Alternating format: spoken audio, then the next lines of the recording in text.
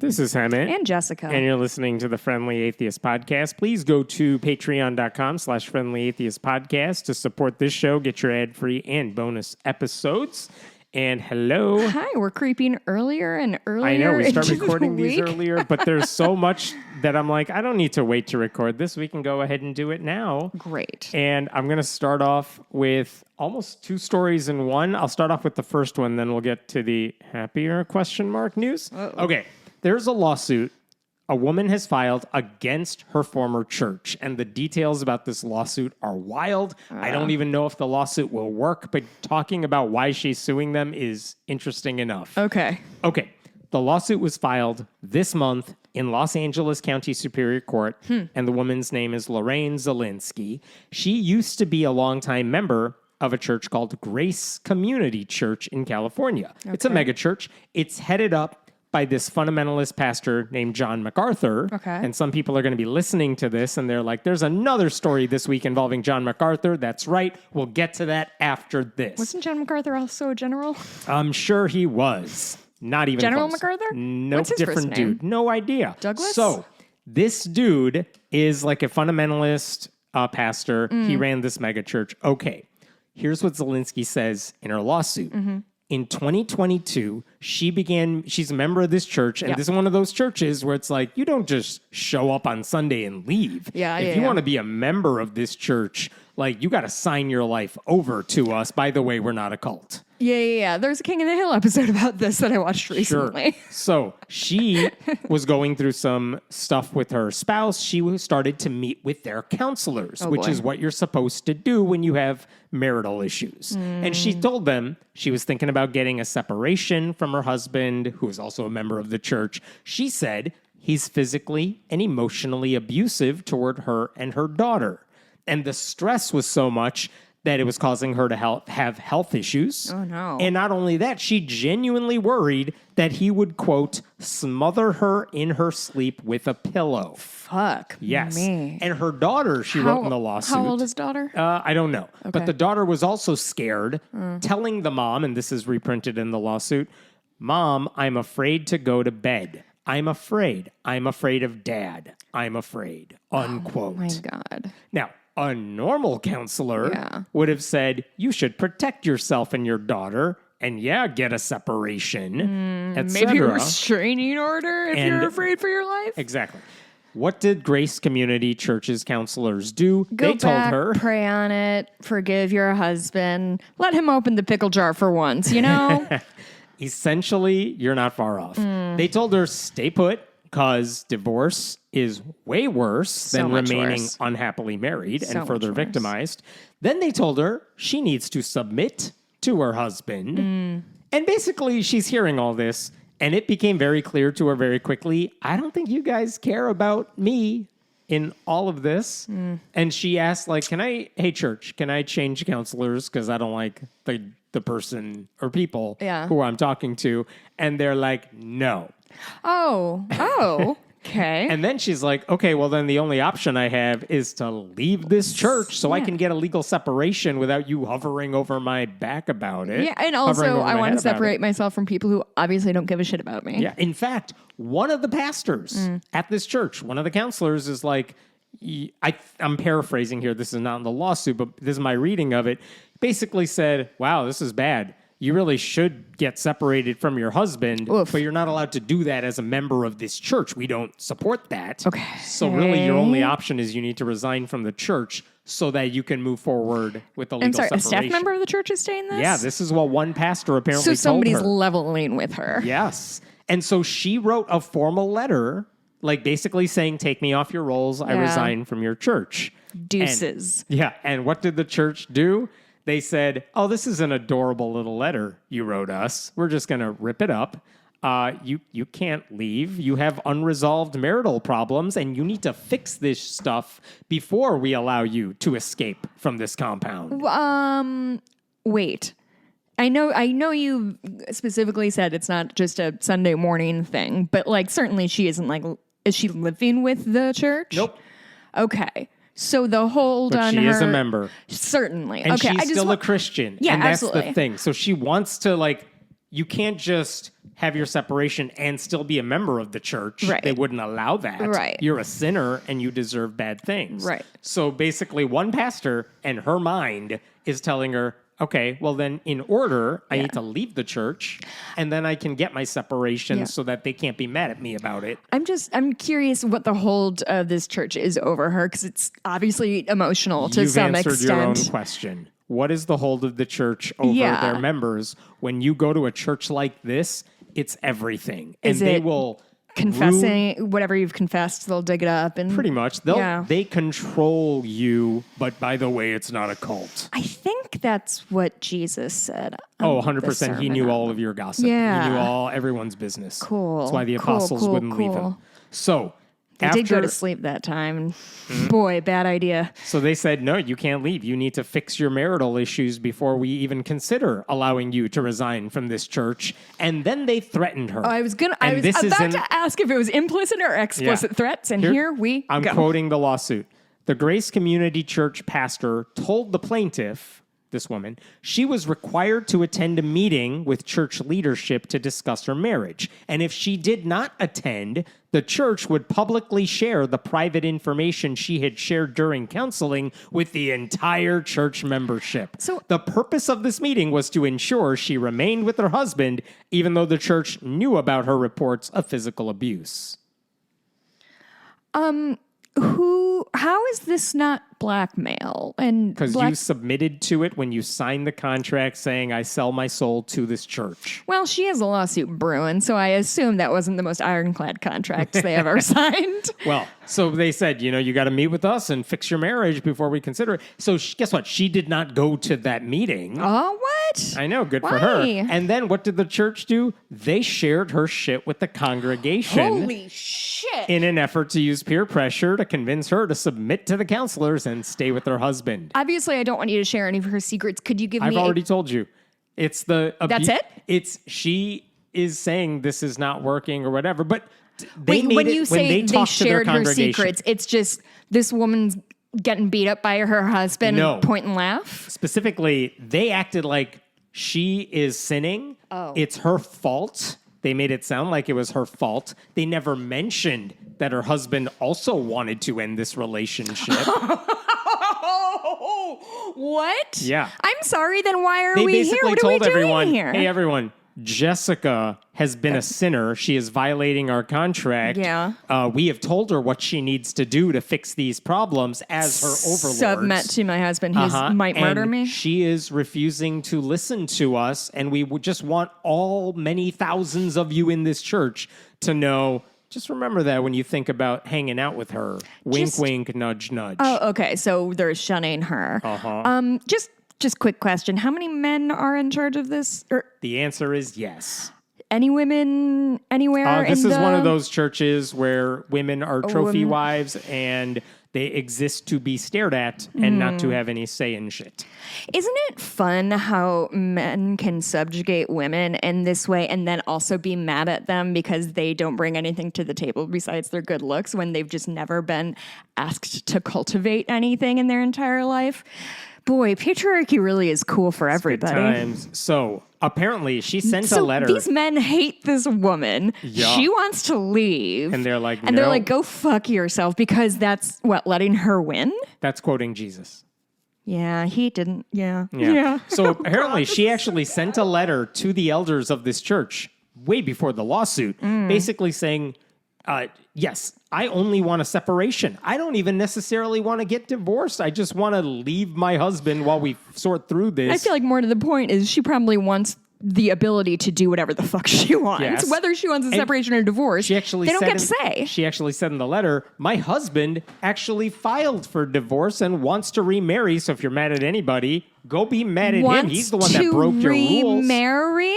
And she went on to say that at this church, quote, Men were believed and their statements were accepted as true. Women were often disbelieved or ignored or dismissed as less discerning and more gullible, and there was never any meaningful accountability for the men. So that sounds like nobody else in this entire fucking country. yes. So this lawsuit. Oh my fucking Christ, man! You guys have to pull it together. So this You've lawsuit. gotten everything. You've won. The patriarchy is everywhere. Trump is in the White House. Why are you still so angry? So this lawsuit says, among other Answer things, I have no answer for you. This lawsuit says that, among other things, the church violated her right to privacy and her right to free association because the state of California has a law that says you can't you can't invade someone's right to pick and choose their religion. They can come and go freely. Oh, right? I see. So no cults. Yeah. And the church violated her right to privacy. It also breached confidentiality. This is the whole confession law that we've talked about with the Catholic Church. She said, I confidentially revealed publicly.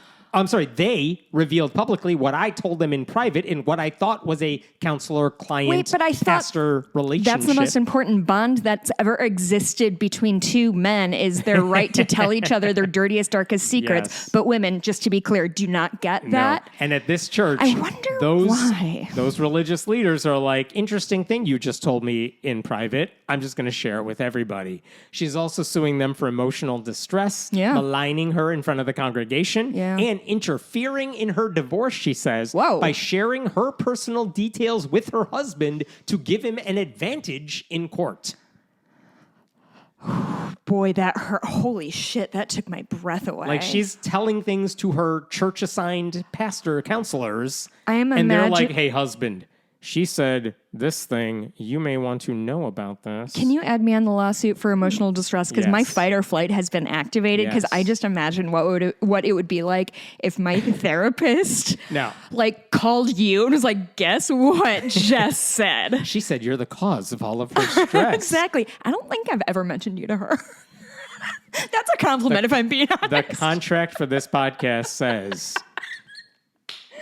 Oh, Heaven's like the only person in my life that doesn't cause me stress, except for what you guys hear.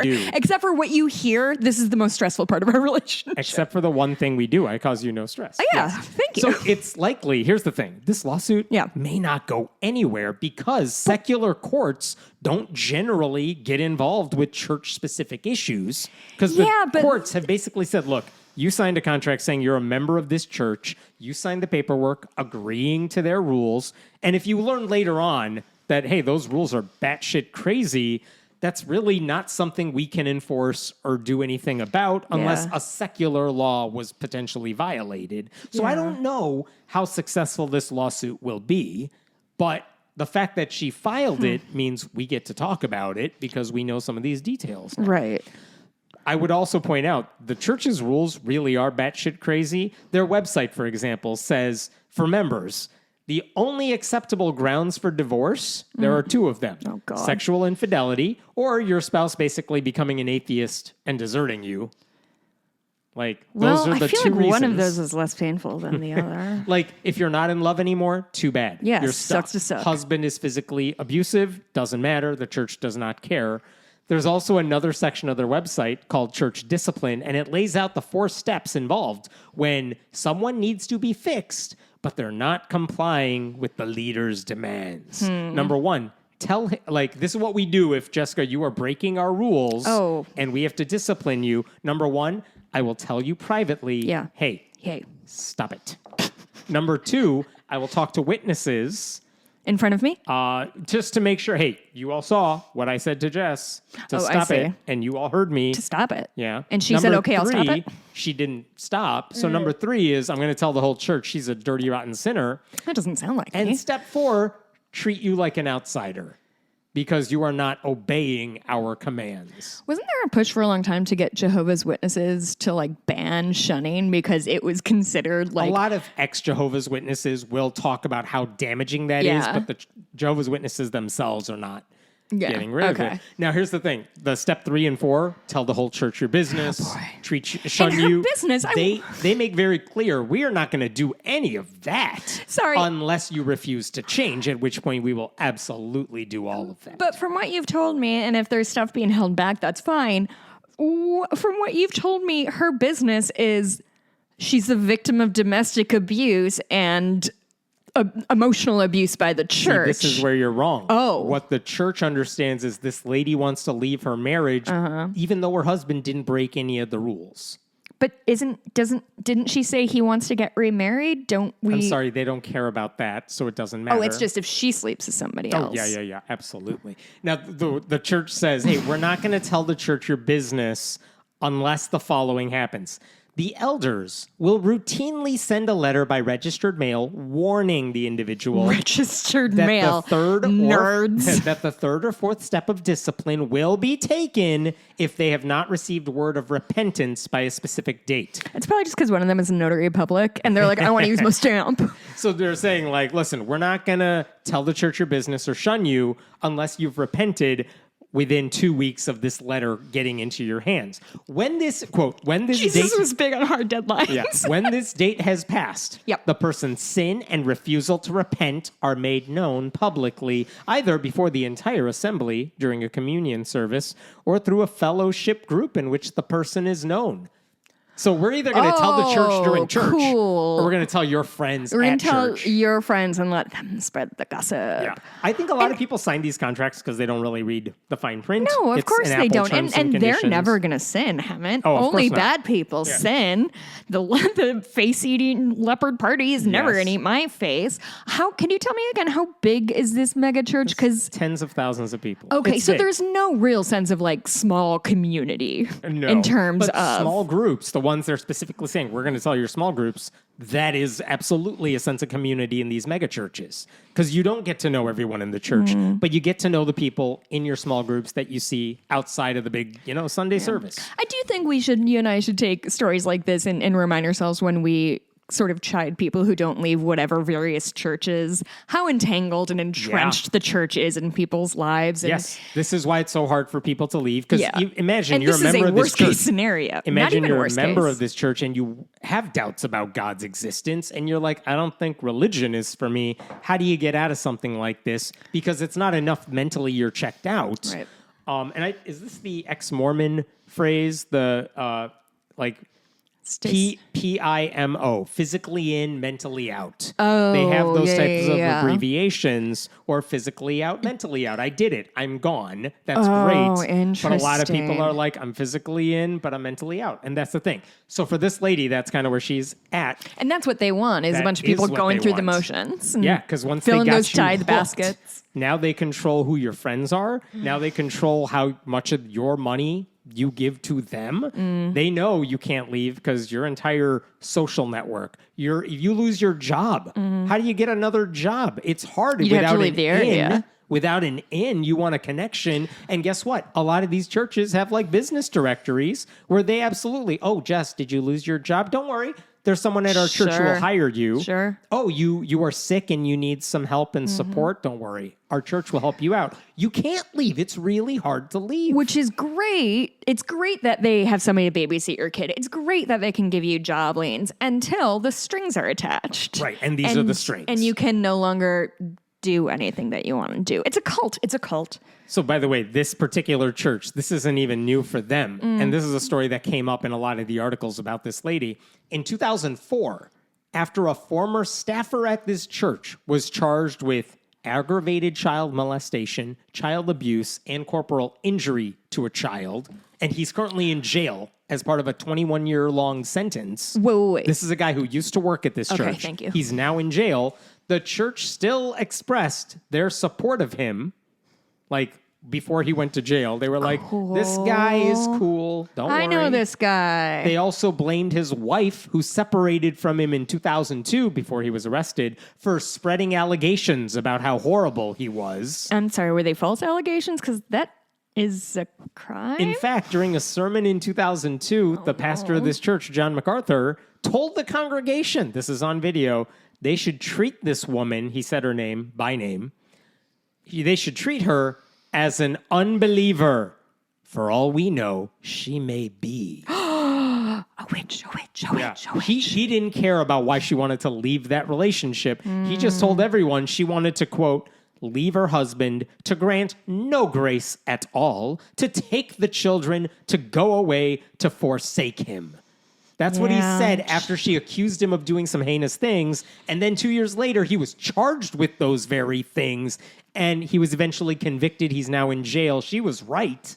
But again, and what I'm was the sure the church's church reaction? was like, we're so sorry. You were right. We were wrong. We should have believed you. # believe women. Interesting that you bring that up, because in 2022, an elder at this church, he said, you guys, remember that thing that happened 20 years ago? Uh-oh. We've never actually apologized about that. And we should issue a formal apology and admit that we made a mistake, because that's what good Christians do. And what did the rest of the church tell him? No, thank you, please. They told him, shut the hell up. Shut up. Yep. The heat's gone. And he then resigned. Good for him. He resigned as an elder of this church. And he actually urged an organization called the Association of Certified Biblical Counselors. It's basically, hey, we're a random group, but we give a stamp of approval if your church has counseling services because you're following best practices. Counseling, like qualified counseling services. Yeah, but it's like qualified in quote fingers. Qualified in quote fingers. Okay. We're Christians who say this is good biblical Christian counseling.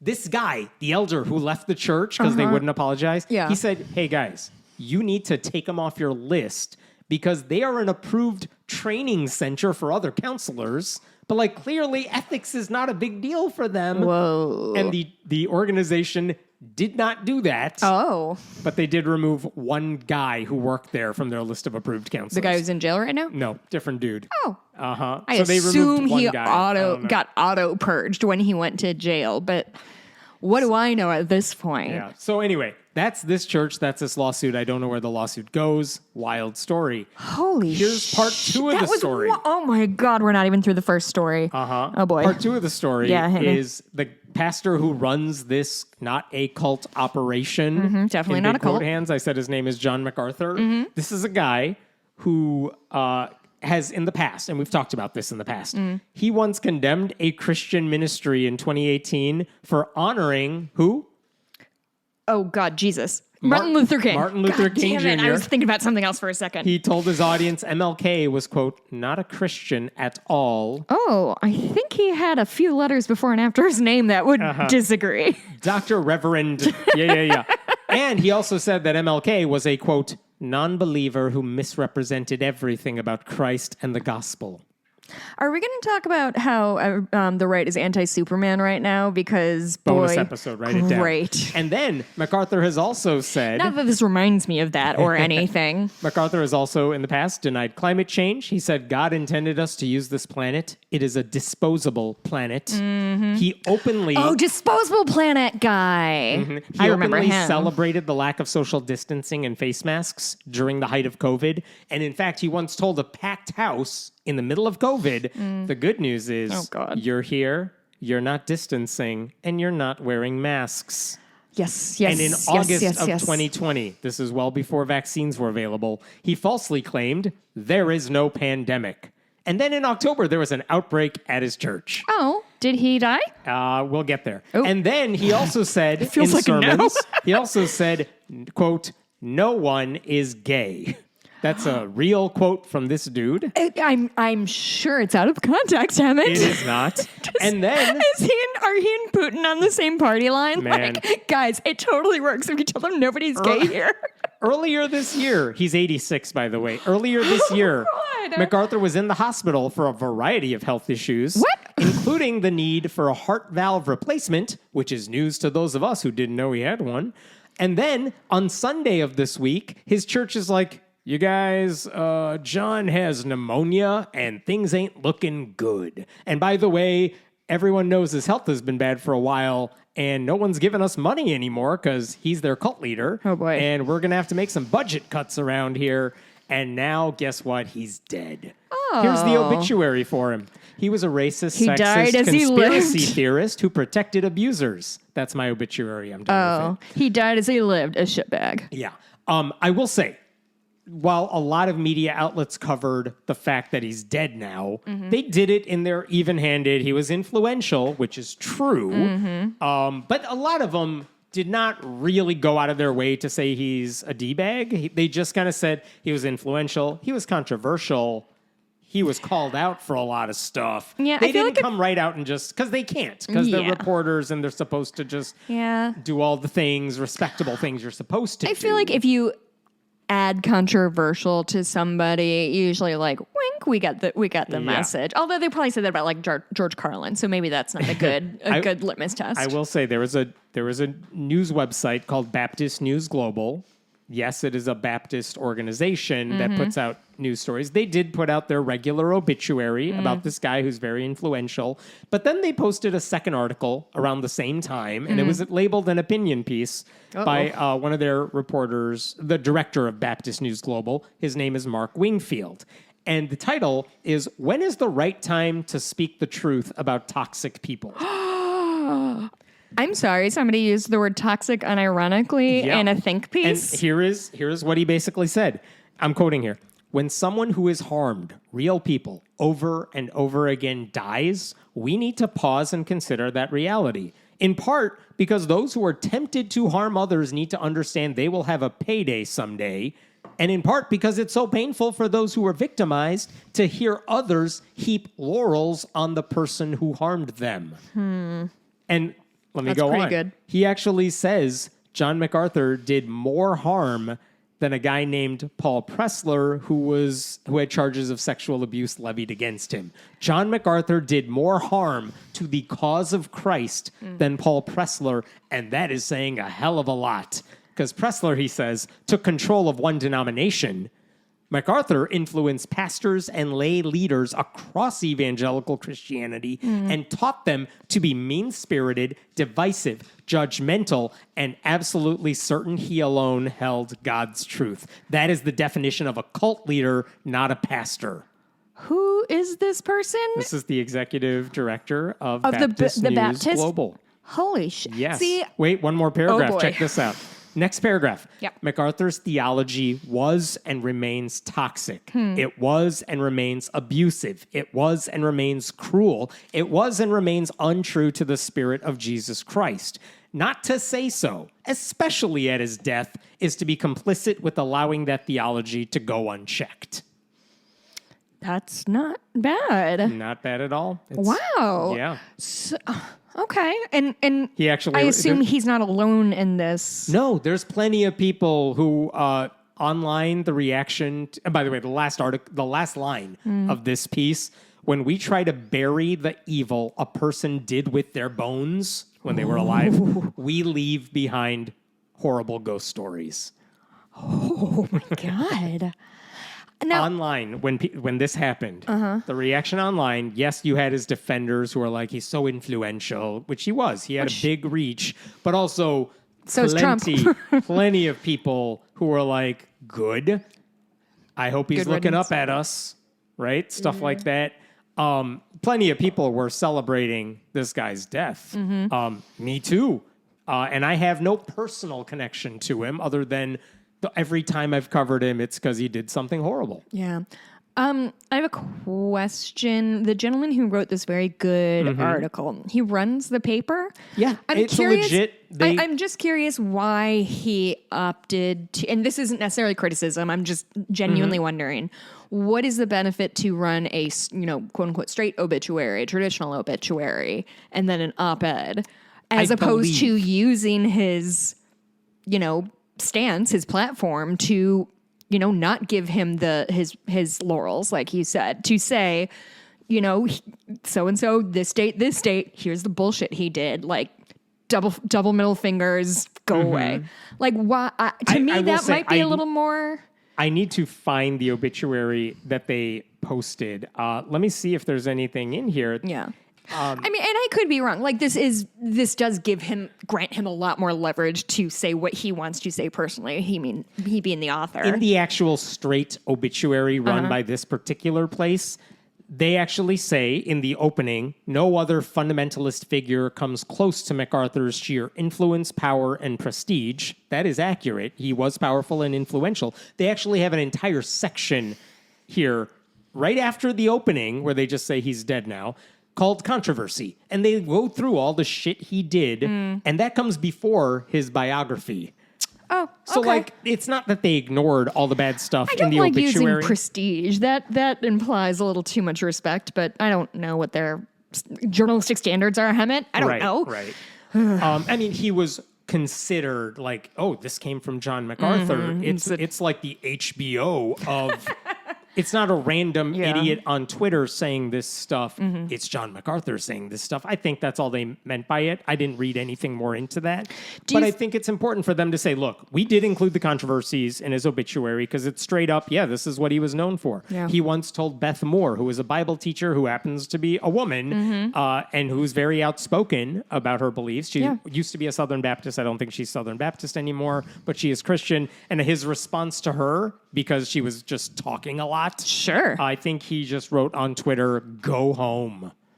He was known for that. That was a big deal among people who care about this Known stuff. for that, just being a dick? Yes. Oh. Yes.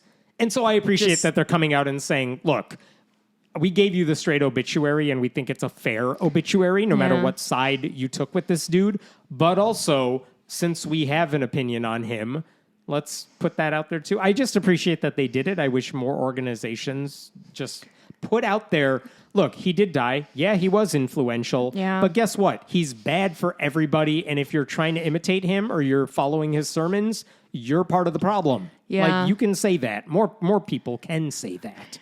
Did you see the movie Saved when it came out? Yeah, when it came out, but I don't remember a lot of it now. The main part I remember is, I think it's Mandy Moore yelling, "I'm filled with Jesus' love," and hucking a Bible at somebody's head. Yes. And I remember thinking that was hilarious when it came out, and now it just feels like what religion is now. Of like, I am filled with Jesus' it was love a documentary. while I it wasn't maim scripted. you. Yeah. Like, it's so... I guess I really... It's just so many people believe it. It's so many people genuinely believe that people like this who... I feel like I saw something that came up that, like, somebody said somebody had atheist coochie or some shit like that. Like, you're watching these people, and are you really thinking, like, yeah, this is exactly the message Jesus wants to give me at 8:30 on Sunday morning? Somebody's screaming coochie in my face. I was in that opinion piece about him. Mark Wingfield also pointed out, just because someone dies doesn't mean they're suddenly turned into a saint. If we're going to note his passing, we must tell the full story because the evil lives on. He also pointed out there are two kinds of people upset with us right now. One are the people who love this guy and think he's amazing and can do no wrong. He said there's not much I can do to persuade them.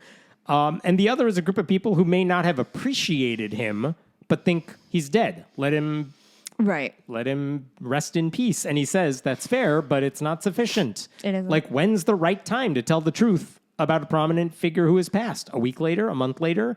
Yeah, it's like after a mass shooting, Republicans are like, don't politicize this. What's the right time? They don't give you a right time. Right. After a flooding happens in Texas, when's the right time to talk about cuts to the Weather Service and things, and FEMA and things like that? Because they don't want to talk about it now. But that they never do. They're not going to give you a date at which point you could talk about it. The worst part about the flooding disaster, if you don't know what we're referring to, that Texas Hill Country had a horrible flood. It's like flat. I watched a video of floodwaters rising something like 20 feet in like 30 minutes. It's wild.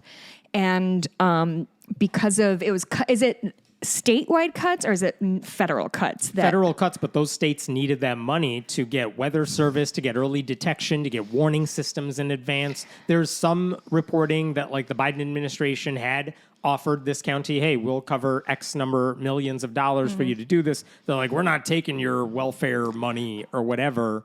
But the bottom line is the federal government has to step in because states, especially certain ones that get an outsized number of natural disasters, they cannot take care of this themselves. Right. Florida can't handle hurricanes by themselves. They're going to try. And Texas can't handle these types of disasters by themselves. They need the help of the federal government, which is why you need FEMA and you need the forecasters and the scientists who study this stuff.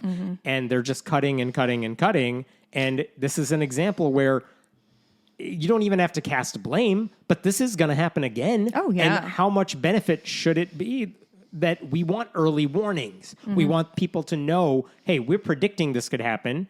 we know this is happening now. Get the hell out. You want all those systems in place, and those people are not there right now because they've been fired or gutted or whatever. And what's interesting is that it used to be the reason they wanted to do federal, cut down federal government is because they wanted private industry to take that place. They thought for-profits was the way to go. But somehow that's come to, we just don't need any help from anybody. Yeah, and for-profit industries are never going to deal with these things where they don't make money. First of all, that was a fucking pipe dream to begin with. The idea that like capitalists... Postal Service. It doesn't make enough money. Let's have a company do it. They're not going to deliver to rural parts of the country where they can't make money off of it. It's like talking about, speaking of hill country, electrifying hill country back in the 30s, the 40s. Gotta bring it back. And the power companies are like, well, there's no money there. We're not going to do... No, like electricity... You need the government to step in to do it. And thanks, so LBJ. How many kids died in this camp? Over 2 dozen? Yeah, something like that. And just like every mass shooting that came before it, there's never going to be consequences. There's never going to be anybody who sees 30 children dead for no real reason and says, we should try to help this from happening again. Because of this weird, stupid, rugged individual bullshit. We can't. We're a community. There's a reason we evolved to live in communities because we can't do this by themselves. You can't raise a kid by yourself. That's an insane thing to try to do. You need community. I was with 2 children with 6 adults for 46 hours, and I'm so fucking tired. I don't think I'll ever be this tired again. Like, welcome to my life. I truly, like, this stupid, rugged individualism is for the birds, which is ironic because birds famously flock together. Yeah. All right. Different story. Ready? And I'm sorry, this is story number 3? Yeah. God. Do you know Chip and Joanna Gaines? Chip and Joanna, the TLC, they... Close enough. HGTV. HGTV. They really liked shiplap. I believe it. It's like a thing. But yeah, they do overhauls of shit, right? They're interior home renovation. They run a company called Magnolia. I saw Joanna just stepped into the small spaces space. Like she's redoing small spaces now. I don't know. In my doctor's office, they have HGTV up all the time. And that's the thing about these people. It's the same as Food Network. You don't have necessarily personalities. You're just uncontroversial in the background. They're both pretty good looking. Right. They have kind of cute kids. They're mildly talented. They're, photogenic. What else do you need? Yeah, that's and exactly they're billionaires now, probably. So now, better them than the Duggars. God, am I going to eat those words? Not only are they running their Magnolia, whatever business company that is, to sell shit, they also have their own TV network, the Magnolia Network. Do they really? Yep. They're pretty loudly Christian, yes? They are that's part of their brand, which is just, yes, we're good, wholesome, we're a couple, our personalities are not exactly alike, but we get along and whatever. But that's the thing. That's what their appeal is. We're good, wholesome white people. And yes, we are Christian. She's not white. She is half, I think. Whatever. You get my point. Anyway, they have a new reality show on their network. It's called Back to the Frontier. And the whole premise of it is we'll take families, we'll pretend like they're in the 1880s. This was an episode of The Simpsons. I'm sure it was. They take 3 families and they're like, we're just going to put you on this farm and you don't get electricity, running water, etc. And how do you cope? It's a reality show, whatever. So no modern amenities. Camping for a minute. Pretty much. Honestly, this sounds fucking dope. I would 100% do this. It's a reality show. It's either something you like or you don't. Yeah, I'm not going to watch this. To be clear, I'd like to participate. So that reality show is airing on the Magnolia Network. It has 3 families and whatever. I think it started airing last week or this week or something. But one of the reasons everyone's pissed off at this show, and by everyone I mean conservative Christians. I do not care because I'm not watching it. It's not my personal, even in the background, I don't enjoy it. And you said it's a competition between the families? I don't even think it's a competition. It's just, let's see what happens. It's just a show. Cool. They have one of the 3 couples, one of the 3 families they have there is 2 men with their adopted kids. Uh-oh. That's it. That is all. That's the whole Are they going to controversy. call unfair advantage because men are taller and so they're probably better at stripping wood for logs? In the previews, I don't even think in the trailers they aired for this show, it's like, yeah, these are the three families. There's a black family. And it's like, hey, it's the 1880s. What are you all going to discuss on this show? And I think the answer is we don't. Nothing. We're just going to see if this family can make it work. Yeah. And they have another family, and then they have this family with two dads. And that's kind of it. And they're all photogenic, and they all look like, two white families to balance out the weird families, Pretty much is the idea, yeah. But that's the whole thing about reality TV and anything like this.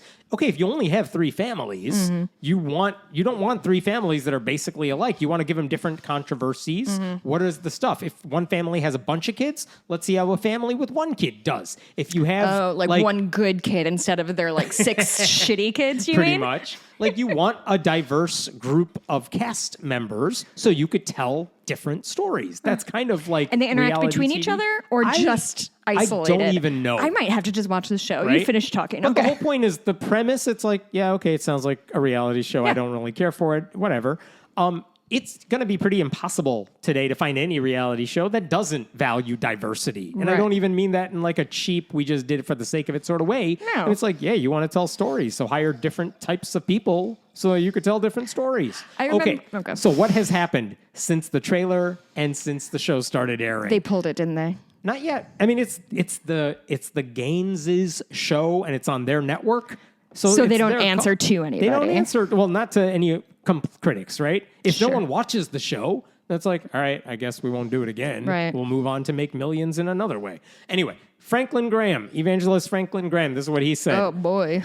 I hope this isn't true, but I read today that Chip and Joanna Gaines are featuring a gay couple in their new series. If it is true, it is very disappointing. While we are to love people, we should love them enough to tell them the truth of God's word. Blah, blah, blah, Jesus, Jesus, Jesus. Promoting something that God defines as sin is in itself sin. Which is weird to me because, again, if you watch the trailer and you know the Gaines, anything that they've done, it's like, okay, yeah, we have a gay couple on the show, but also we're not here to promote anything. Their brand is we're not controversial. That's a good point. We have a gay couple on the show. Are the gay couple both white? Yes. See? But they're trying to ease them in. But they're like, we're not promoting it. They're people. Imagine if it was like a black and Asian guy. They would fucking lose their brains. The whole point is they're not promoting anything. They're like, these are people, and we thought they would be good on the show, so we put them on the show. They're probably good looking and charismatic. They what do you totally want? are. Yeah. I've seen their Instagrams. There's not a lot of us walking around, Hammond. But like, they're not promoting anything. So what are you talking about? Well, they're mad promoting their that existence. Gay people exist, right? Yeah. So the American Family Association, an anti-gay hate group, they said the casting choice was sad and disappointing because the show, quote, promotes an unbiblical view of human sexuality, marriage, and family, a view no Christian should embrace. My dude, they're taking black people to the 1880s. A lot of this stuff is unrealistic. Oh, brother. It's unbiblical. Oh, an Oprah episode, they did this too. Uh-huh. By the way, that same group and Franklin Graham, I don't think they have weighed in yet on Donald Trump's super biblical fifth kid with his third marriage and whatnot. Oh, he has another kid? I'm sure he does. April A. Joy, a fantastic critic of and former ex-evangelical, here's what she said. The Venn diagram of people who voted for a rapist and people who are outraged over Chip and Joanna Gaines being nice to gay people is a circle. That's correct. Yes. Another Christian who cosplays as a comedian online, he also took this approach like, I'm not mad, I'm just disappointed. This is what he said at Chip Gaines, basically. I'm just sad. I can't let my kids watch your show now since I'm trying to protect their eyes and hearts from the lies of the world. Lies you are now participating in. Can I just blanket statement? If you're writing to let a content maker know that you're really sad that you can't watch something because you can't watch it with your kids, you just save the types, save your ink, save a stamp. Like, nobody cares if you're watching. I don't care if you don't listen with your kids because I swear, I don't care. You don't have to tell me. It doesn't matter. I don't care if you don't watch my show. I truly don't. And if you're disappointed in me, so are my parents. Like, join the club. By the way, the same comedian, quote unquote comedian, he was also upset back in the day because whatever new version of Star Trek there is, they aired an episode in which Stacey Abrams of Georgia played the president of Earth. Oh, and he was so that. mad. He's like, everything How's is she woke. doing? She may be running again. We'll see. She came out with a new book, mystery adventure novel. What? She writes fiction? Dude, go listen to some interviews. It's all she does now. Oh, she's awesome still. Actually, I did hear that. Anyway, maybe I'll read one of her books. The point is, this is not an evangelical show. And the thing about the Gaines is, yes, being Christian is part of their image. And they got in trouble years ago because the church they attend is anti-gay. And people, they're like, yeah, but we're not. And we go here for more than just that. And people like us in general are like, well, then leave that church. It's or anti-gay. Speak up. Or speak up. Yeah. And they're like, look, it's our faith. This is personal to us. Whatever. Don't be mad at us. We don't like people mad at us. Whatever. The point is, they're not here to be activists one way or the other. They're like, we're Christian. We didn't realize that was good or bad for our image. Like, we thought it was just overall good. But the point is, they're running a business. Yeah. They're hoping for ratings. Just because they're popular in white evangelical circles doesn't mean everything they do exists to promote the religion. But I think I don't think people separate those things. Right. They think if you're a Christian, first of all, if you're a Christian, you're the same flavor of Christian as them, which is LOL. Like, I feel like these are the same Christian people who are anti, like, blended marriages or, like, mixed race marriages. Yeah. So I don't know if I'm going to listen to all of their good opinions. But, like, yeah, boy, people just cannot stand if somebody doesn't agree with everything they think and feel. Chip Gaines responded to the faux backlash over the weekend. He basically said, talk, ask questions, listen, maybe even learn. Too much to ask of modern American Christian culture. Judge first, understand later or never. And then he added, it's a sad Sunday when, quote, non-believers have never been confronted with hate or vitriol until they are introduced to a modern American Christian with a heartbreak emoji.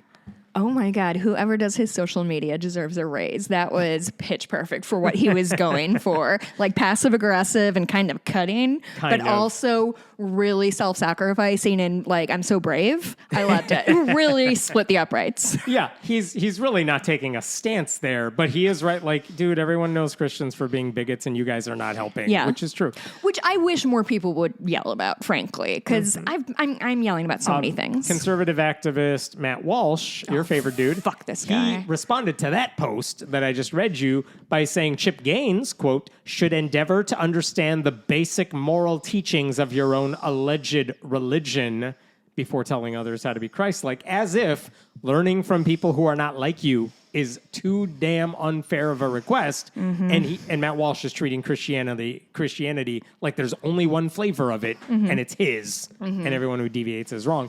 I will say some of the frustration I think is legit. It stems from the fact that the Gaines love touting their faith when it seems to help them. Sure. Like in 2016, they did an interview with a Christian outlet where they said, our family has made a commitment to put Christ first, a lifestyle our parents modeled for us very well. They showed us how to keep our marriage and family centered around God.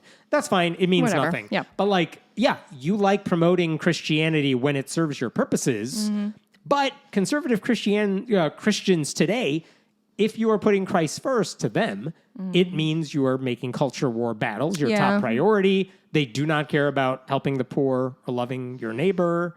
It doesn't matter to the critics that this is a church-going couple that regularly talks about religion in interviews because they're not actively demonizing LGBTQ people. And for what it's worth, immigrants, Democrats, whatever. These conservatives are like so eager to treat them as enemies. Right?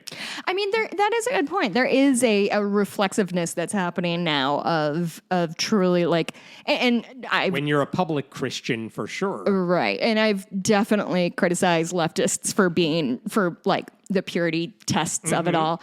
But it seems to be getting further and further afield of anything that like a quote unquote normal person who I might interact with every day feels is an appropriate message to be sending out. I have not seen this in a lot of the coverage, but I think it's worth bringing up. I wonder if the Chip and Joanna Gaines learned anything from about a decade ago. There were twin brothers, David and Jason Benham, and those two brothers... The Property Brothers? No, different dudes. Oh. Property When was Jason, Brothers though, is are it? fine. Okay. These two are not. Speaking of uncontroversial people. These two are not. Speaking of uncontroversial people. These two twin brothers, the Benham brothers, they were going to have their own whatever show on HGTV where they flip houses or whatever. But after their show was announced, but before it aired, Right Wing Watch was like, these guys have said some pretty anti-gay stuff. And they brought it to light, and the show was canceled before it ever aired. Because it was like, these guys are like anti-gay bigots. We did not know this about them. We thought they were two good-looking, tall white guys. And HGTV is like, we're not trying to do this type of controversy. This is why we cannot trust good-looking men. Simply and cannot. Then the same network was like, they canceled that show, and they ended up launching a different show. Not as a replacement, but they're always in the business. As a replacement. Not as a replacement. With a different evangelical filled Christian. In the same time slot. With a different evangelical Christian named Jen Hatmaker, who also, by the way, opposes marriage equality because she's evangelical, but also she doesn't talk about it and she doesn't spout fire and brimstone against them the way some of those guys do. So that show did air for a couple seasons. Anyway, I think Chip and Joanna Gaines are like, we've seen what happens when you talk about your religious beliefs on a channel that has nothing to do with religion. We're just here to make money and do our house shit. Also, so, like, let us just do that. I'm sorry, if you work in the world of interior decorating or in Hollywood or wherever and you're homophobic, my dude, look around you. I will say, do you think the world of interior design is chock full of cis het men? Like, dog, no. In some ways, I would argue part of this is their own damn fault, not for casting the gay couple, but like faith is part of their branding. And their faith has now been hijacked, whether they like it or not, by conservative extremists. And if the Gaines, who are powerful and rich and have a platform, if they're not going to speak out about this stuff, because being boring and bland is their appeal, like you don't watch them for their hot takes. No. You don't watch them because they have opinions that anyone actually cares about. Watch them for shiplap. Right, you watch them because you have shit to do and you need something in the background to put on your TV. Or you can't fall asleep at a hotel. So then don't get mad when the people in your religion that you espouse are like, you're doing religion wrong. Like, by having a gay couple on their show, that's not courageous. That makes them regular TV producers. Yeah, it's not courageous, but it's not nothing. It's not nothing. They're not endorsing marriage equality. They're simply including a couple that represents plenty of other couples who may watch the show. That feels like right? If anything else, a soft endorsement. Like they didn't have to put a gay couple on. And I'm not like gonna overpraise them, but I think if you would ask them, through their 17 handlers, if you got to them, I think they would say this is what they feel like they can do. Whether that's right or wrong, it's wrong. But Until I think they say this that, I want to hear that from them. Okay. That's my take on that. Like, okay, if they want to say that, this is what we can do to normalize it. But that's what they're being accused of. You're normalizing gay couples. And they're like, and that's correct. And they are doing that. Exist, so we want them on our show. So they're normalizing. I mean, everybody who's mad at them is everybody's mad and happy about the same set of facts, at least. There's a gay couple on this thing. Conservatives are furious because they're mad that we remember they exist sometimes. And we're like, too little, too late. But you know what? Like, they're not here to change the world. They're here to put shiplap up. And that's the thing. They're not even condemning the bigots. Like, I don't want to give them more praise than they deserve. Yeah. I think you're right. They deserve some praise for putting this gay couple on the show, but that's about it. And I think they're not condemning the bigots, though. Yeah. They're just trying to downplay the controversy by saying, like, they're a couple. They're on our show. That's it. Frankly, I don't know their business model, and I don't know if they're beholden. Like, I doubt it's a publicly traded company, but if they're beholden to anybody, like they might not feel free to speak out against whatever they say, for good or for bad. Yeah, like they're not allies, but they're not enemies. They're people who think Christianity doesn't have to be political because for them, it's just easy to pretend whatever's happening with conservative Christianity, it doesn't involve them. I mean, truly, which is weird for a brand that's like, we fix things up. Unless it's religion, in which case, sorry, we can't help you here. Honestly, do you really want Chip and Joanna Gaines out here on the front lines trying to do some like woke bullshit? Like it would go poorly for them too. They're not trained for this. They're trained in shiplap. Right. And reclaimed wood. This is how the Cut, which is like New York Magazine, this is how they summarized everything we just talked about. Do these outraged fundamentalists even have HBO Max accounts that they can cancel in protest? Or are they just yelling for the sake of yelling? If they must be up in arms over the content on that platform, they could at least direct their ire constructively. There are nearly 100 episodes of Entourage on there that need to be dealt with. That's so funny. Who said that? Is that anybody? The Cut. Wow. The Cut. Congratulations. That was outstanding. Yes. Different story here. This is interesting because I've never heard this before, and I have a personal take on it. Sliding barn doors is another Chip and Joanna Gaines thing. I'm sure it is. I was trying to find rule of threes. I couldn't find it. Rolling barn doors. Thank you. In Newfoundland and Labrador, up in Canada, the capital is St. John's, and they have the St. John's Pride Festival. That's like a 2-week-long festival. It's happening right now. And Sunday, July 20th, is the last day of the festival. It's probably the last time they get sunlight for the year. Burn. This is not only are they going to have their big parade on Sunday, after the parade, it's followed by something called Pride in the Park, which is where local food vendors and businesses set up their tents. You can walk around, meet the people who are like, we're allies, and we have businesses and nonprofits and whatever. There's a lot of big Pride events. They all do something like this. None of this is weird. So the thing is, if you go to their website months ago, you could apply to have your table, your space at this thing. If you're a for-profit business, you might have to pay a fee. If you're a nonprofit, you could get a free booth if you're approved. So like many other allies, there's a local chapter of a group called Recovering from Religion. Oh, sure. Which is one of those atheist nonprofits that's specifically, we want to help you after you've already become an atheist or if you have doubts, and we want to help you with the next phase, right? Good group. I've worked with them indirectly. Yeah. I've written about them before. It's fine. It's good. Yeah. So they filled out all the necessary paperwork to have space at Pride in the Park after the parade. And on June 2nd, they got approval, like, yeah, cool, you can have your table there. And they were working over the next week through whatever the logistics are to set it up. And then on July 2nd, a month later, the representative for Recovering from Religion, his name is Blake Collette, he got an email from the organizers of this festival saying, hey, remember how we accepted your booth at the thing? Psych, we're rescinding it. And here's what they wrote. While we appreciate the important work you do, we did not find a strong alignment with the focus of Pride in the Park, particularly in regard to visible engagement with the basically LGBTQ community. Our event aims to center and celebrate this community, and we carefully consider how each vendor supports that mission. Okay, before I lay judgment, I really need to hear what the other admitted, was there a bank in there or something like that? That they're like, gay people love money. I mean, I'm assuming there are for-profit vendors. Like, I want to sell my hot dogs on a stick. It's was but there what's the alignment? Had they say, is there a bar they need to clear to be accepted? Or is this just like, oh my God, I just dusted off this book and there's a rule that says we can't have you guys. This is what the story's about. Oh, okay. Why did they have So I'm basically a journalist? Yes. Why was their acceptance rescinded when...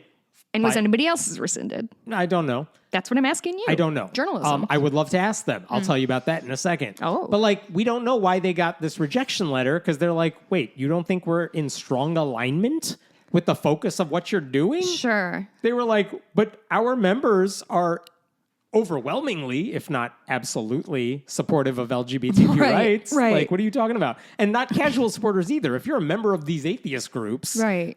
These are not just casual supporters of LGBTQ rights. These are people who lobby elected representatives to pass legislation and go to protests and usually have LGBTQ people in their families if they are not in that community themselves. Yeah. One of the reasons people leave organized religion is often because of the open bigotry against that community. So, these two groups are natural allies. How could the Pride Festival organizers think there's anything but alignment? And I'm sure, RFR. Just down the road, there's the National Dairy Council or whatever. Fucking explain yourselves, friend. Right. What are we doing? So RFR responded to the organizers. They're like, can we... What just happened here? Literally hours after they got the rejection, one of their directors wrote back, Can we speak with the organizers in order to, quote, clarify a few misconceptions about our organization and gain a better understanding of the circumstances surrounding our rejection from the event?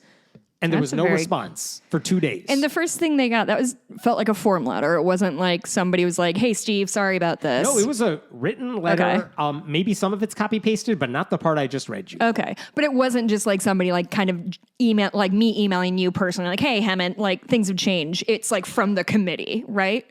It's from one dude who's one of the organizers. I'm looking at the email. Okay. Hello, Blake. Thanks for your interest in participating as a vendor. After thoughtful consideration, ... we've decided to respectfully withdraw our approval. And then they explain the next part I read. So it's like, well, why? I don't get what the complaint is. Okay. So anyway, 2 days after the rejection, one of their directors sent another message. Here's just an excerpt from it. It's been a couple days and we haven't heard back from you. We understand with the event coming up, things are pretty busy at this time.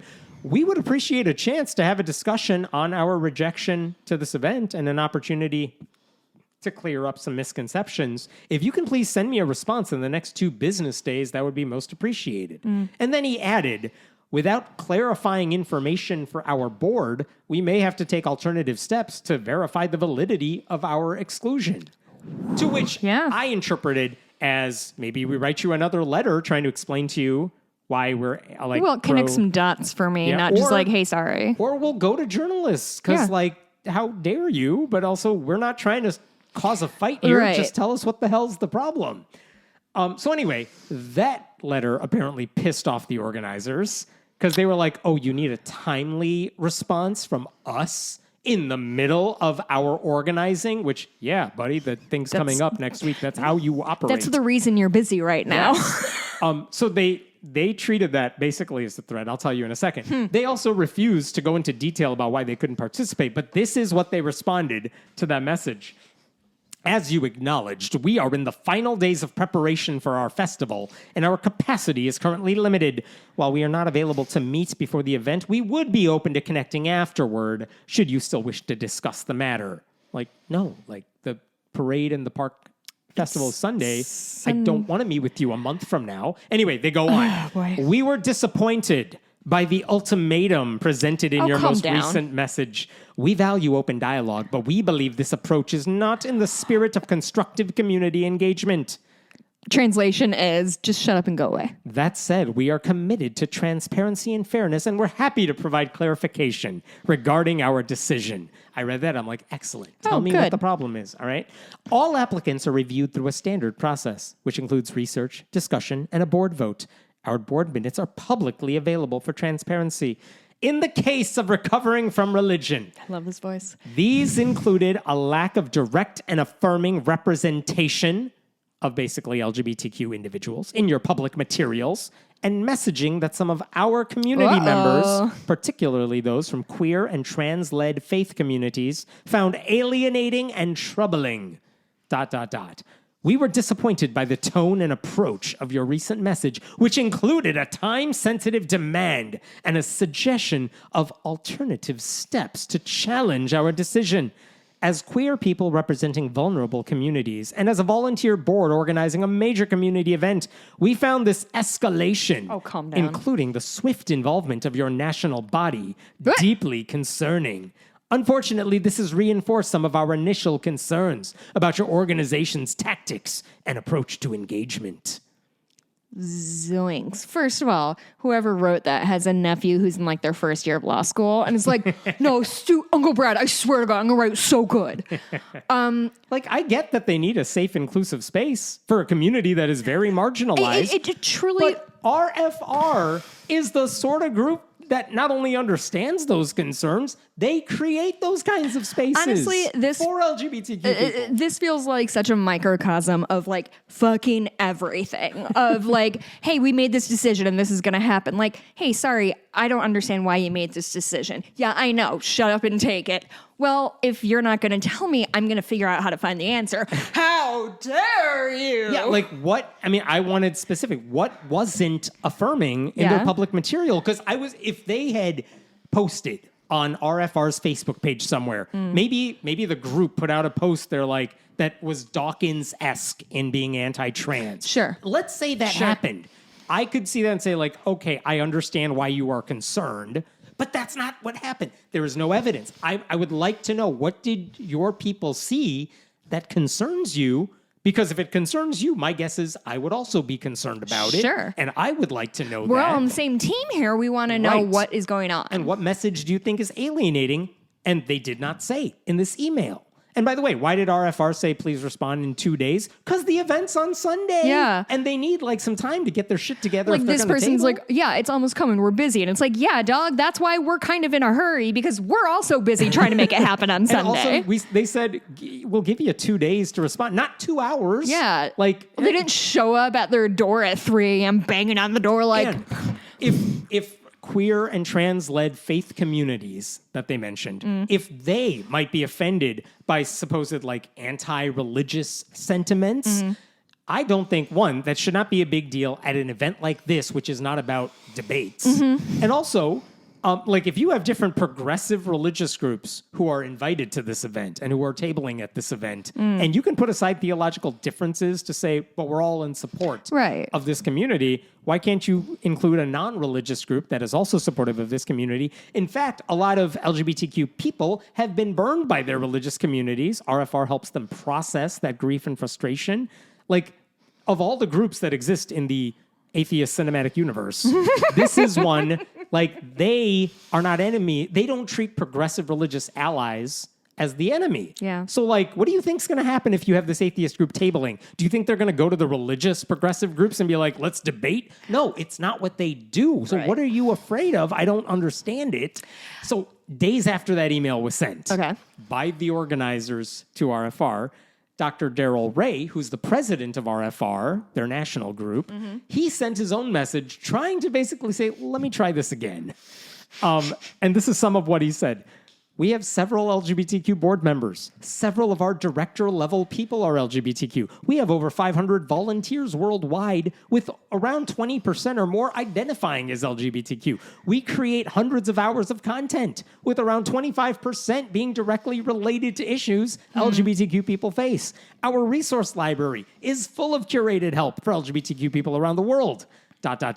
I don't know how we could be any more supportive. Wow. Additionally, in our 16 years of existence, we have tabled at many Pride events, maybe as many as 100 over the last 5 years. Wow. I personally have tabled at 2 Pride events this year. Just this year, we have tabled at Pride events in New Zealand, Australia, the UK, and all over the US. I count about 15 events this year alone so far.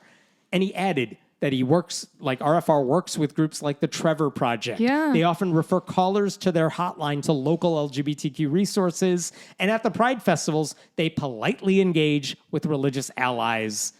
And by the way, they don't go out of their way to speak to those groups like, oh, let us tell you about us. Yeah. But if someone comes to their table, it's always polite engagement because they are not interested in converting Well, because they're not 20-year-old, like, brand new atheists in 1998 who are like, did you know that there's just some bearded man in the sky? Like, that's not what is happening here. Not with this group. And so he's wondering, Darrell Ray's wondering, is there some kind of religious test to participate in this thing? Like, are explicitly non-religious groups not allowed to be there because they might offend the religious groups? Like, there has to be more to it. Right? And no one knows. He never heard back from them.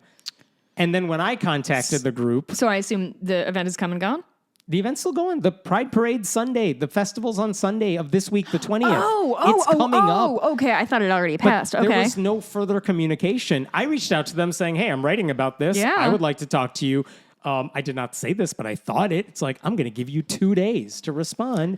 But I'm waiting for a response. You should have written it. That would have been I very never funny. got a response, but it seemed like they just want to privilege religious allies over secular groups that I would argue are probably more closely aligned with the lived experiences of many attendees. Yeah. So anyway, as it stands right now, Recovering from Religion will not be allowed as a group to attend the St. John's Pride Festival and have a booth there because the organizers decided it was better to kick out an explicitly non-theistic ally than let them be part of a larger welcoming community. Now, I will say, I spoke to RFR about this. They are still planning to set up a table near the festival. And right now they have a sign that says... Like Lucy's little therapist booth? And right now they have a pretty innocuous sign that says, we are not welcome here. Come talk to us.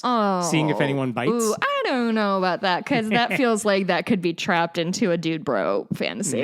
Maybe. Like that. But I hope people talk to them. There was another suggestion of like, ask us why we can't be in the festival, which a little more in your face, but they're not doing that. will say one member of RFR, I was able to publish their testimonial where they basically just said, my religious upbringing had shamed and silenced that part of me, she's bisexual, for so long that I couldn't even begin to explore it until I was outside of their environment. She said, RFR never tries to convert people or push an agenda. We simply listen. We hold space for people to ask questions, unpack years of religious conditioning, and heal. And for many queer people, that healing includes reclaiming and embracing who they are after being told their identity is sinful or wrong. It is deeply saddening to hear that St. John's Pride removed RFR based on a mischaracterization of our work. The idea that we lack affirming representation is simply untrue. I am that representation. I'm proud to stand with this organization because I know firsthand the life-changing support it offers. Okay, so I posted this article about everything we just talked about, and about an hour or two after I posted it, I get a call from the organizers. Oh, within 2 business days? Basically, they were very upset with the nature of how I characterized everything. Yeah, sounds like they're pretty upset with the nature of a lot of things and not upset with any substance. And part of it was like, I just quoted your emails, right, exactly. Which I have. So they were like, we're calling you, but we're not happy with the piece, and so we do not want to engage with you any further. And I'm like, so I'm calling you to tell you I'm not talking to you anymore? Yes, that is what I was thinking. And I'm like, while they were still on the phone, I'm trying to tell them, like in my head, I didn't say this, but I was like, this is a really bad response on your part, yes. right? But also what I think I did say is I'm like, look, I've covered this stuff for a long time, and I've written about recovering from religion before, and I've covered a lot of LGBTQ stories before, and nothing you have said makes any sense whatsoever. And what I would like to know is, what is it about this group that makes you think they're not going to be anything but solid allies in your community? And they were like, this is me paraphrasing. They're like, we have our reasons, but also based on your article, like, we're not going to tell you what they are. I'm like, literally the person you should be telling. These people need a media relations team so hard. So, buddies, guys. Within an hour of that phone call ending very abruptly. This didn't have to be this way. Right? So. Wait, abruptly? Did they hang up on you? It wasn't a hang up, but I'm like, I think they were like, we have no desire to engage with you any further. I said good day. And I'm like, I think my response is, I guess that's your choice. Implying like, this is really dumb of you, but all right, I guess. What do you want me to do? Fight you? I don't have a dog in this fight. I'm just trying to, if you have a reason, by the way, I want to make this clear. If you have a reason that RFR should not be included, I would be interested in that story too. Truly. You should tell me what your reason is. Like, I feel like I love going after atheists who are anti-LGBTQ. That is your favorite thing. I feel like this is like a 1980s sitcom premise where like somebody was like, there's a misinformation and somebody says no, and then it's just people trying to cover their own ass even though they don't actually know what's going on. Honestly, this is something that Christians should sit up and take notice of this super defensive posture is not a good look. Nope. It looks very bad. You can pretend you don't like my coverage, but I didn't say anything that was unfair. I think they didn't like that I didn't go into more depth about like the ultimatum of like, we need you to respond. Otherwise we will we'll take alternative steps to get this out there. Hemmant, did you include they asked that? me about that. At first I did not. Because I'm like, I read that. I'm like, they're going to write more letters or talk to the press. I didn't see that as a threat. I think they just want an answer. Because it's a timely matter. Yeah. And that's what I said to the person on the phone. I'm like, I didn't think anything of that, so I didn't include it. But if it makes you feel better because it characterizes your response more fairly, fair. I'm like, I will absolutely make that fix. And I did include that in my piece with an update. So, okay, it's in there. Now that's taken care of. Yeah. What the hell is the issue? So now what are we going to focus on? We don't feel like engaging further. But, okay, around the same time... And I'm going to call you later to tell you I'm still mad at you. Yeah. Around the same time we were talking, yeah, one of the organizers of the festival, he appeared on a local radio station to talk about this. Well, I don't want this to overshadow the Pride Fest. Too bad they did this to themselves. I know. But basically, the organizer explained what this person on the phone refused to tell me, which is their explanation. And basically, here's what he said. I'm not going to play the clip. It goes on for like 3-4 minutes. Jesus. But this is what he said. And I'm quoting.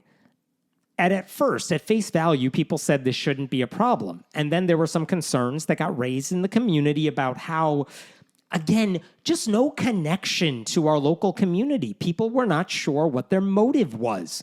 There's always a concern that queer people are tokenized in these kinds of groups and these kinds of movements. So purely just out of an abundance of caution, we had reached out to them and said, you know what? We looked into this deeper. We don't have an established relationship with you folks, ... And they did not like that response. And there was an escalation protocol that got launched. City councilors were contacted for comment. Stop talking. Yes. An escalation protocol that got launched?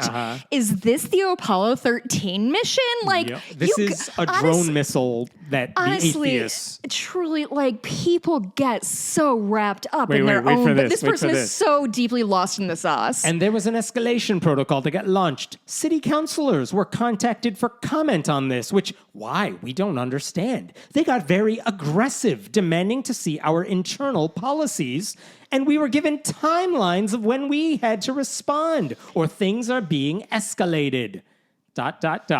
It really speaks to an entitlement to access to our community that some groups have. Does it speak to an entitlement of And then one more section. The big thing is they're not a part of our community and they don't have a connection to our community, but there's this sense of entitlement that they should have access to our community. And they would have been set up between the BMO Harris Bank and the Capital One booth. Like, these are... I've talked a lot about petty tyrants, right? It is people who get the teeniest, tiniest bit of control and just lose their fucking mind about it. Like, think of like the chief janitor of your high school is suddenly like dictating who can do what.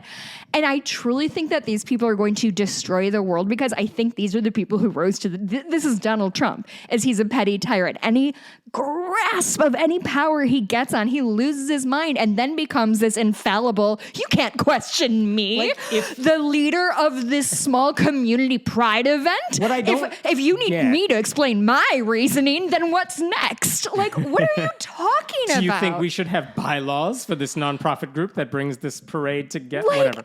Sir, check this out. The issue you gotta take the L. You deserve access to our community. You had open registration for vendors and nonprofit groups on your website. If it's just you gotta know us first. We have to know. Then don't put that up there. Just say only our friends are allowed to set up tents. Like, that's it. The person who requested the tent is a guy who lives in the community. Oh, my God. Like, what are you talking about? It doesn't make any sense. And I think just, to me, if he speaks of entitlement, this idea that, like, yeah, we said yes, but we changed our mind. Go away. Like, it's like the fucking gates at Wizard of Oz of, like, what do you want? No, go away. Like, who has that ever worked on ever? Of like, go away. There's nothing interesting and fancy beyond here. Be gone. That's not how it's going to work. I don't get why they had registration at all then. And by the way, there's no evidence that queer people are, quote, tokenized by RFR. The group wanted access to the community the same way I would assume everyone tabling there does. They're allies. They want to create connection with the other allies, the people who are there. And hey, some of those groups are like, we want your money and we're friends, like we're supporters. But we want your money because we're seeking donations because this is our mission. That's what every nonprofit does. Right? Like, this isn't complicated, but it seems like the organizers of this event are going out of their way to try and rationalize a really short-sighted and ultimately irresponsible decision. And none of it makes sense. And they are so head up their ass about all this that they refuse to just, like you said, take the L or just explain. Yeah. If you had a good explanation, just say it. Or even a bad explanation of like, hey, somebody panicked and hit the eject button or whatever. Pretending like this group clearly has bad mojo about them. We don't want them. It's entirely based on what we made up in our heads. Oh my God. Seth Andrews has made a video about this so far that has helped as well. I don't know if anything will change because as we're recording this, it's still a few days out. They could change their minds. Yeah. And from Seth interviewed Blake Collette, the guy who's living there and tries to do this. Okay. And the guy's like, look, if they just say, you know what, we made a mistake, we'll let you back in. we're just going to smile. We'll be there. We're not going to hold us against them. Yes, we're done. Like, it's all good. That's all we want. We're not looking to start a fight here. Yeah, this is somebody protecting their wounded pride. Yeah. I definitely believe that. You want to hear an interesting fact? Do you know what famous dog is from the island of Newfoundland? Which one? Guess. No, Lassie? The Labrador Retriever. Interesting, because Labrador is in general, the whole breed? The whole breed is from Newfoundland. That's why it's called that. Well, that's why Newfies are called Newfoundlands, but Labradors, even though they're from Newfoundland, Newfies already got that thing, so they're named Labrador Retrievers, even though they're not from Labrador. Isn't that fun? I know too much now. See, I do bring things to this podcast, assholes. I got one last story for you, because this is in the news this week. Baylor University. You know Baylor? I do, but I don't know why. Private school, private Christian school. It's the largest Baptist university in the world, based in Waco, Texas. And they are in the news because they did something dumb. Are Baylor like a punchline for something? I feel like I don't know. Generally, no. It sounds familiar, but I don't know why. It's kind of like DePaul, Loyola. It's like one of those religiously affiliated colleges in name. But like they have their controversies, but like Baylor's any college does. A single school. It's not like Loyola. Like there's a bunch of them. Correct. Okay. Yeah, there's the Baylor, and occasionally they have some really good athletes, and that's why you've heard of them sometimes. And they're from Waco, which I've also heard of for different reasons. So anyway, last month, they announced, hey, we were awarded a grant of $643,000, $401, very specific. Very specific. $640,000 grant from the Eula May and John Bao Foundation. And specifically, what this grant does is the school has a Center for Church and Community Impact. And they want to know, as Christians, what can we do to help the community or interact with the community around us? That's what we focus on in this part of the school. That's what our research is all about. And they got a big grant. Okay. And what was the grant to study? Specifically, the grant request that was approved, it's to study how LGBTQ people are disenfranchised and excluded from religious communities in order to help churches better understand how to include them in their ministries and how their actions and words at these churches can sometimes unintentionally turn away people they're trying to bring into the fold. Just to sort of get out ahead of if people aren't super familiar with the grant program in the United States of America, essentially this means that there is a group in this college, this university, that said, well, this is a study we want to do, and we've done it on this scale, but we want to do it on a bigger scale, maybe. And so they apply to grants, and there's maybe federal grants, state grants, all kinds of things, and those will often give you money. Sometimes there's strings attached, sometimes there isn't. Sometimes it's just like, here, take this money and try to cure cancer or whatever. But so there is definitely, they're beholden to whoever gave them the grant. And this organization that gave them the money for this grant. But it also wasn't an outside force coming in saying, study this. Oh, no. That's what I want to be clear about. The professors at this school said, we want to study this thing, but it would take X amount of dollars to do it because we want to do it right. And they asked this organization for the money, and the organization, whatever the back and forth was, the organization eventually said, yes, we want you to study this. And in fact, the organization that gave them this money is one that has been giving money to Baylor researchers for a really long time. I assume it's a reason a lot of professors might want to work at Baylor, because like, wow, you get money to do this sort of research, which is the thing I'm good at and interested in. Yeah. So if I want to get these grants, Baylor might be a good place to do it because I can get the money to study this. I think it's worth noting, just because we're in the grant space, that when we're talking about right now on the federal level, Trump is cutting grants all over the place. The ways this impacts people is extremely, like, they're cutting it's a ripple National effect. Institutes of Health. When they're cutting that, that means researchers cannot study cancer because they can't get grants from the federal government to study the thing they want to study, which is the thing that put the United States head and shoulders above so many other countries. Well, that was mostly because we brought in Nazis to do all of our rocket science for us. Yes. Project Paperclip, look it up.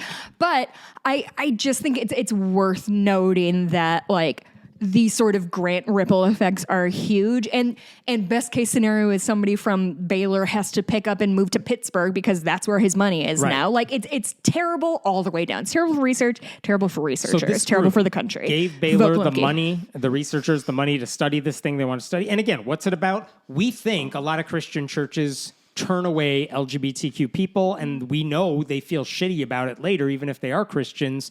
is there something, can we study that? The people who were turned away feel shitty about let's talk to them and figure out if there's a way churches can bring them back into the fold. Yeah, and we're not telling them to change their beliefs, but is there a way that we can not compromise on beliefs, but is there a way to communicate the Christian message without alienating all these people in a bad way? And if you disagree that that's a thing that should be done, could be done, that's a different conversation. But that's what they wanted to study. Market research for Christians trying to figure out how to tap the gay market. Which makes sense because this is a Christian university. And they make money when people come to their university who are Christian. Nothing about this study was ever intended to change any actual beliefs among conservative Christians. Yeah, of course. As a Baptist university, they think same-sex relationships are sinful. They think marriage equality should be opposed. They think homosexuality itself is a sin. Actually, they think trans people are lying to themselves. Now that you say that, I think they should just give me $600,000 and I can tell them exactly why gay people don't feel safe in their churches. I had the exact same thought. I'll split it with you. 60-40? Me? Done. Cool. Just $500,000. We'll split it. Anyway. Outstanding. So keep in mind that while Southern Baptists are very openly anti-LGBTQ, there are a lot of progressive Baptist denominations too. They do not feel the same way. There's also a lot of churches that they still want LGBTQ people to feel like they can be saved. And maybe the compromise is, well, just don't have sex and then you are fine. Like, whatever.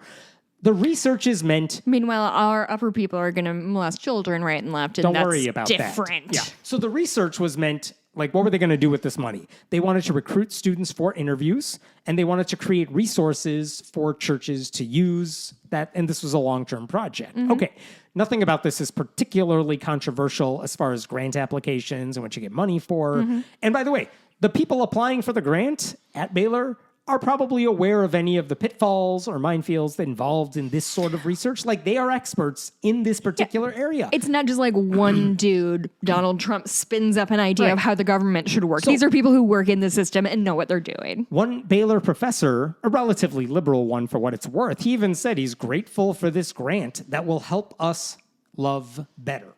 As Christians. That's a nice way to put it. Okay. So even the donors didn't think this would be a problem because, again, like I said, they have been funding research at Baylor for over 40 years.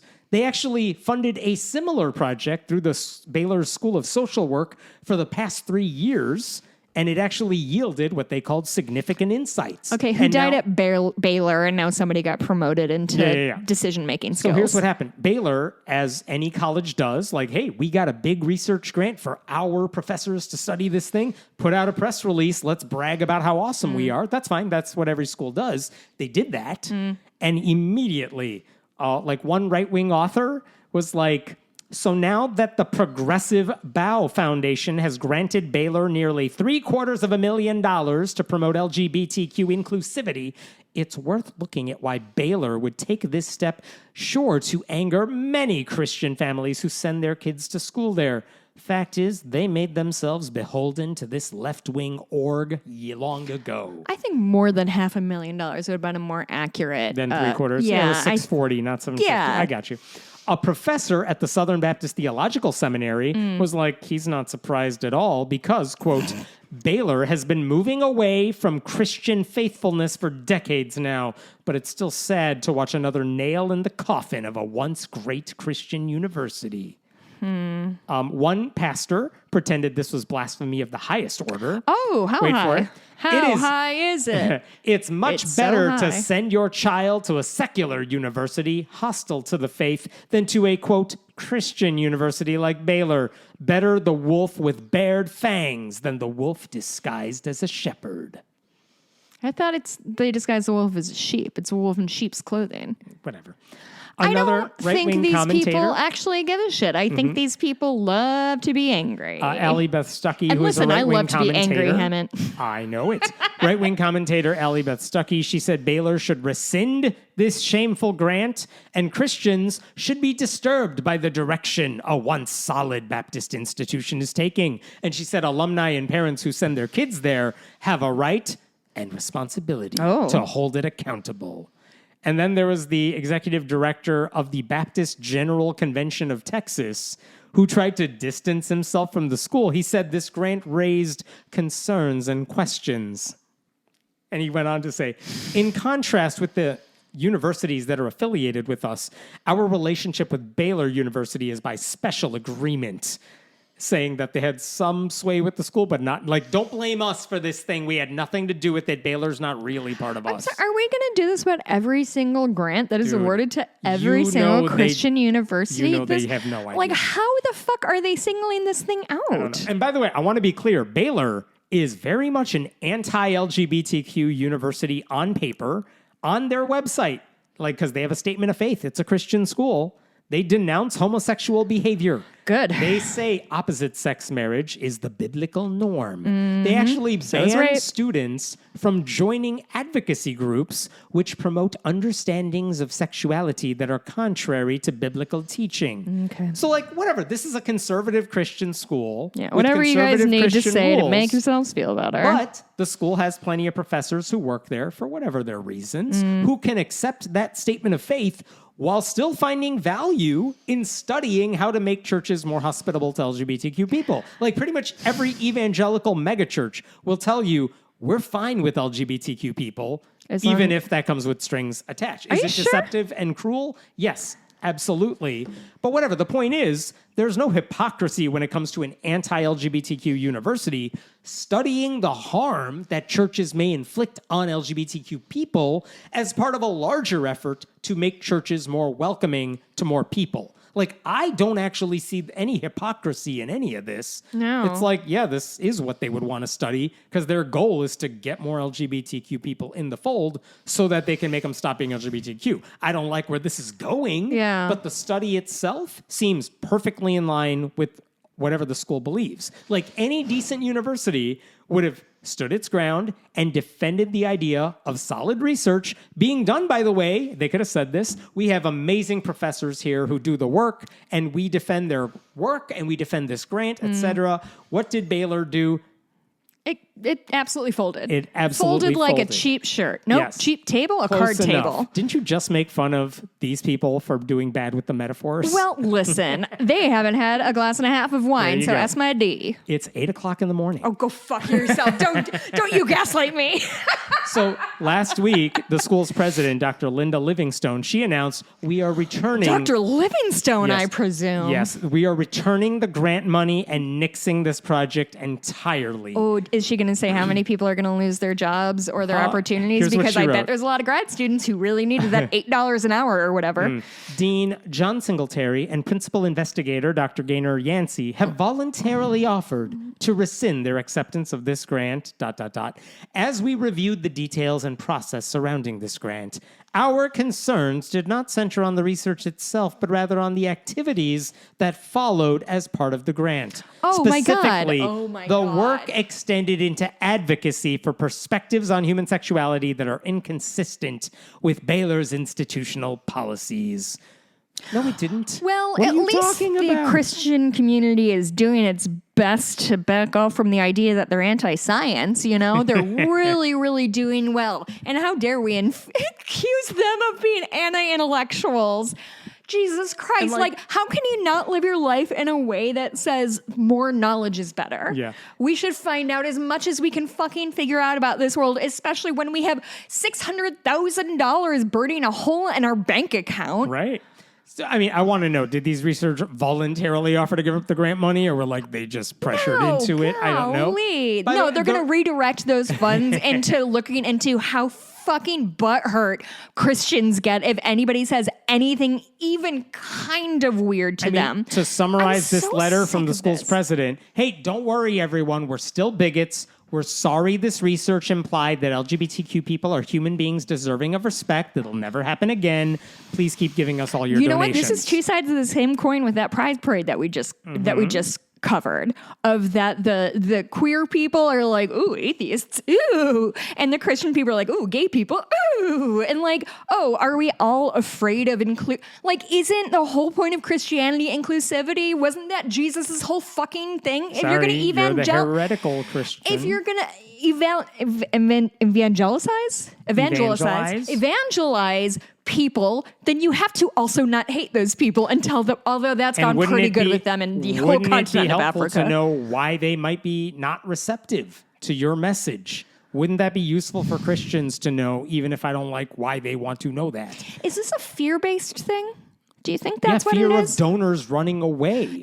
No. But truly, like in the heart of their hearts, is it, I'm afraid if we learn more about these people, then I will... 100%. I'm afraid of donors being mad at us for taking this grant. I feel like if they didn't put out the press release saying they got it, they would have let it continue. They're mad that people are mad at them, and there's a Twitter storm against them. By the way, one of those critics... Twitter, definitely the place that we all want to go for our intellectual musings. You will not be surprised to know that one of the grant's vocal critics online said, this statement's not enough. Quote, major Christian donors should not allow the school to move on from this without a full house cleaning. So, yeah, of course you're not going to satisfy anybody with Why are they so mad Just at keep the money. Why are they so fucking angry? This is amazing. The foundation that gave them the grant, yeah. which, by the way, 40-year relationship giving money to Baylor. See you never. Well, here's what they said. They said they were deeply saddened by the move, but this is what they said in their statement. Not all Baptist believers or churches are aligned on every interpretation of Scripture concerning women or LGBTQIA plus individuals, but churches need evidence-based research. ... The purpose of this research was not to dictate theology, but to better understand the disenfranchisement that those individuals and women often face in the church. Yeah. They were doing science. They wanted to fund science. I get that.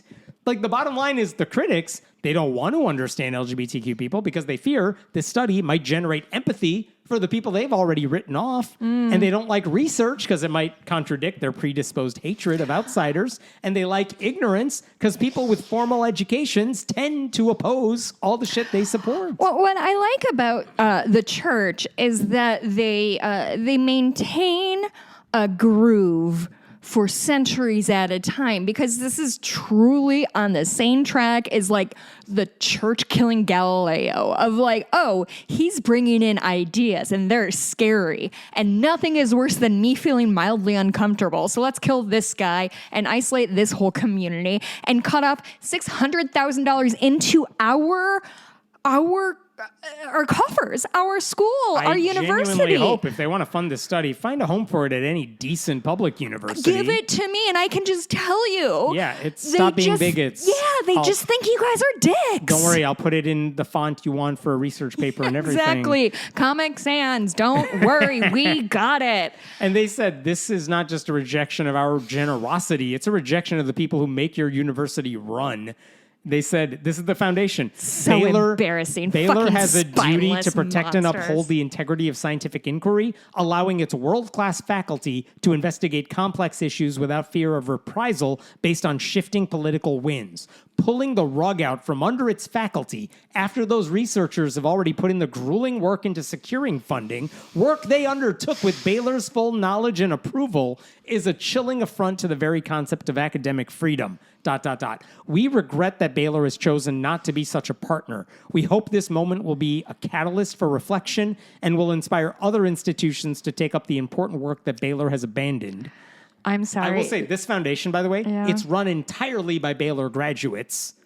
But if they care about their mission, then stop funding a school whose work is apparently dictated by right-wing influencers on social media and not the professors who study this stuff day in and day out. This feels like a really scary bellwether, if I'm being honest. This feels like I'm gonna listen to this episode a year from now, and it will have been the first of Remember many. when we had universities? Yes. Oh my God! I'm sure, by the way, there are other. I'm getting a little outraged and but I'm getting a little actually terrified that. Oh man, this is bad. For what it's worth, I'm sure there are other schools, including Christian ones, that would love access to the sort of money this foundation has that will not fall apart if some right-wing attention seeker writes mean tweets about them. Well, I mean, listen, it's not like both me and my husband work for a major medical nonprofit or this podcast is related, that's no problem. That's going to be no problem for us. Everything's going to be great and so good and no problems here. Keep taking that money away and doing what? Hiding priests with it, digging holes so they can put priests in it until the fucking shit rolls. I'm so scared. Oh my God. I think I'm going to cry. Save it for the bonus.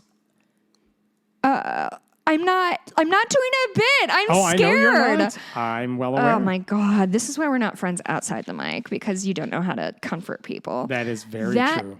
That's a little scary, bud. That's really scary. My work here is done. Like Handmaid's Tale wasn't a suggestion. It wasn't an outline. I don't know, man. Okay, I guess. Are we done? Talking? Are we We're done? I guess I'll probably just talk about my my trip to Door County with my family. It was my mother's. Well, my mother turned 70 on August 21st, so if everybody on the Facebook group could wish her a happy birthday, I'm sure she would love that. And you can always email us at friendlyatheistpodcast@gmail.com. We read all of your emails, sometimes share them with our friends and family if they make me almost cry. You can also leave a message a rating on iTunes or wherever you get your podcast. This review is from erock1mg. Cool. Get it? I totally do. Check out this podcast, y'all.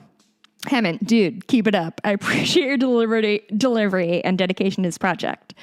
Jessica, most folks in my life would equate me and my general demeanor as much closer to Hammond. Reasonably cool, collected, and, quote, of course they're going to F us. I'm cool. He didn't mean cool in that way. Not like Joe cool. However, you very often have the same reaction as I do, often at the same time. Often you get there first, LOL. You validate me. That's nice. Aww. Thank you both for the work you continue to do. You're a bright light in my media hellscape. That's really nice. That's sweet. Thank you. Before we kick off, in the last couple weeks, shit has been really shitty in my life, and one person I really love was sexually assaulted, and another person I really love miscarried. And it reminded me of the sort of invisible battles that we're all facing. And I just want to say that if you need somebody to talk to, reach out, find somebody to talk to. If you're going through something, go get dinner with a friend or something like that. This shit, guys, what's going on here is not, it's hard, and I'm doing my best to try to keep on going, but it's hard a lot. And I just want to say that those of you who are on Struggle Street and driving that struggle bus, I see you. I'm there with you. Shit sucks, but it won't suck forever. So we'll talk to you next week. Bye.